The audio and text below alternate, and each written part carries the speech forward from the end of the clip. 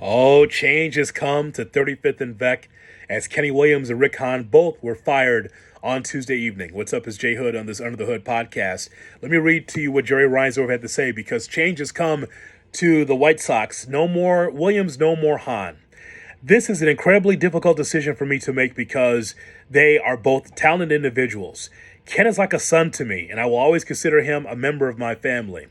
I want to personally thank Ken and Rick for all they've done for the White Sox, winning the 2005 World Series and reaching the postseason multiple times during their tenures. I have nothing but the greatest respect for them as people and appreciate the commitment and passion for the White Sox they exhibited over the years. This is a win for White Sox fans like me. For someone who loves this White Sox team over the years, and someone who feels that the White Sox are the most important team in Chicago because I'm a Southsider, this has just been in my DNA for a long time. We win today, and the reason why we win is because we have complained about what's going on over there in that front office. Just because the White Sox won the World Series in 2005 doesn't mean that you get a lifetime job unless you actually are doing your job well. And it goes back, way back to 2005, which was great, a great time under Ozzie Guillen. But again, that was a long time ago.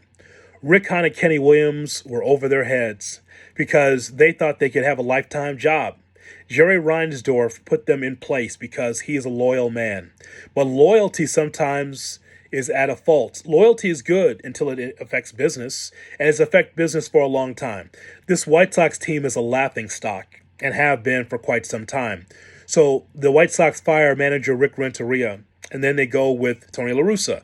This was a Jerry Reinsdorf hire. The thought is that La Russa could kind of tighten the screws. This team is going to get to the World Series maybe, so he just needs to tighten the screws because of his leadership and because he's a Hall of Fame manager. That did not work out, as Tony hadn't been in the game for over 10 years, and there's some things that he had to adjust on the fly. But here's the thing, at least his teams had some success. But here comes Pedro Grifol, and that is the hire for Rick Hahn. I didn't like the hire. I was indifferent to the hire because I thought first-year manager coming from the Kansas City Royals, and he's going to turn things around. It's actually gotten worse. There's a lot of injuries and a lot of drama off and on the field under the watch of Rick Hahn and Kenny Williams. And so time has finally come for those two. Now, this also intersects with the story from Crane Chicago Business that we read today, that the Sox could be selling the team, that Jerry Reinsdorf could be selling the team, and maybe selling it to someone that will keep the team in the Chicagoland area or the suburbs, or maybe move it to Nashville, Tennessee. All I know is that I will always be a White Sox fan. I'll always support the team, but I could not support the way they were doing business.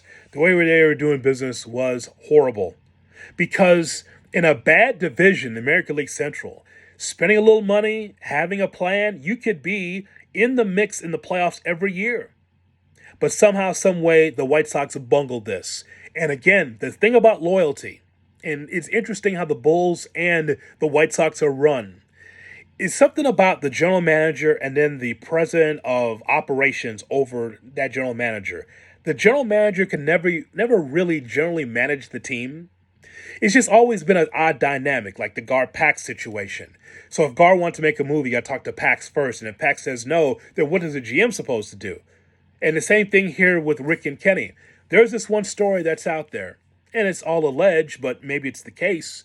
The whole thing of Tim Anderson at the deadline, and if you know anything about Tim Anderson, you know that on and off the field, he's had a lot of drama. He is not even the same player that we once saw when he was the hit king in the American League. There was a story out there that Tim Anderson was going to be traded at the deadline, maybe going to Miami. Instead, it was Jake Berger. I think that Tim Anderson, and of course Kenny Williams was backing Tim and thought, hey, Tim should still stick with the ball club, and you trade Jake Berger. I'm not saying Jake Berger's Paul Konerko. I'm not saying he's Jim Thome. What I'm saying is that guy is someone that you could trade. I mean, at least the guy was hitting the ball hard, and he still was a young player. But somehow Jake Berger, who was good for that locker room, now with Miami, and Tim is still here. And so, I mean, that's one of those things where the general manager wants to do something, but the baseball operation says, nah, we're not doing that.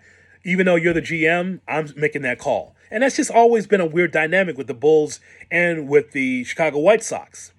All I know, guys, is that for me, it's a smile on my face because we win, because we were able to make change. Jerry Reinsdorf has to be embarrassed. The idea that he goes to the ballpark, talks to someone for the opposition or a GM or the ownership from a different team, and then goes home before 7 o'clock, doesn't even stick around to watch the games. Well, why the hell should he? All I know is that I look forward to seeing the next 6 years for the White Sox. And you say, why 6 years, Hood? Why 6 years? Because the lease is up at guaranteed rate in 6 years. And so this means the White Sox will either find another place to play in the suburbs or another place to play in Chicago, or maybe move completely out of town. Who knows what's going to happen? But these 6 years will tell a great story. But today, Kenny Williams and Rick Hahn are out. They're out. And if I feel the same way I felt when Jerry Krause was let go, or when Garth Foreman was let go, and John Paxton was pushed to the side. That means change. And so finally we're able to make change. The apathy at guaranteed rate, no one watching the broadcast, people down at the ball club, the way it's being written, it's embarrassing. Whatever it is, it happened for Jerry Reinsdorf to decide, I don't want to be embarrassed anymore. So the next thing is to sell the team. Jerry, because you're looking to maybe sell the team and get a new ballpark, then move on. You're 87. You said the reason why you didn't want to get rid of Rick and Kenny at one point, the story was reported that he didn't want to meet new people. You have to meet new people at some point, maybe to sell the team. What do you think? To me, it's a great day. Rick Hahn and Kenny Williams out. That means something new for the White Sox. Between now and the next 6 years, we're doing these podcasts about the Nashville White Sox. Tune in.